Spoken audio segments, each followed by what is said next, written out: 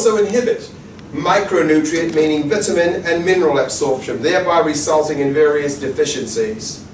Most patients, it says, do not readily report the practice of PICA. Why not? Because it's embarrassing, for one, and they don't want people to know. Okay? The last one, with regards to pregnancy, is socioeconomic difficulties. True. It says special counseling is often needed and provided for women and young girls who live in what is known as low-income situations. Poverty particularly puts pregnant women in grave danger, it suggests, because they need resources for food, but also medical care, and they need shelter. Dietitians and social workers on the healthcare team can provide special counseling, but also referrals. And now you know, over here we have something called the WIC program.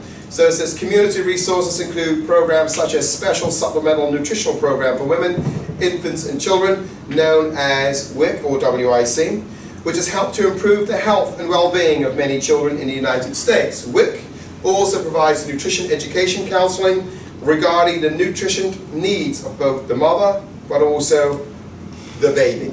Okay? So, in essence, we've looked at things that can be adverse to pregnancy in terms of the mother, but also more specifically in this case the unborn fetus. That is alcohol, that is clearly smoking, illicit drugs, or even prescribed drugs, especially if they're taken or abused. Caffeine also, and then we have this thing called PICA, and lastly, socioeconomic difficulties. All right? Okay. So what I'm going to do now is I'm actually going to project that PowerPoint presentation on the board that I sent you this morning.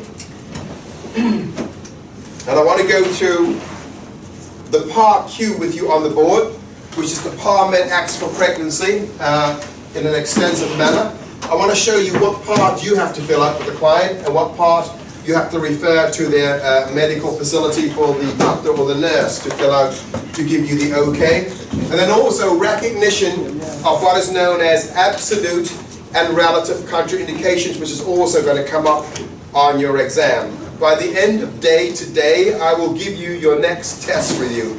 For your first years, it'll be your first. You don't have it until next week. Okay? So don't freak out. I'm just giving it to you early so you can actually work on it. Okay, so when it comes to pregnancy, by the end of the day, you've already had that. When it comes to the senior population, you've already had that. And when it comes to the business, those are the 3 add-ons. The bioenergetics I'm going to deliver tomorrow and Friday. So as we go through that in class, guess what? We will also address those issues on your test review. Yep.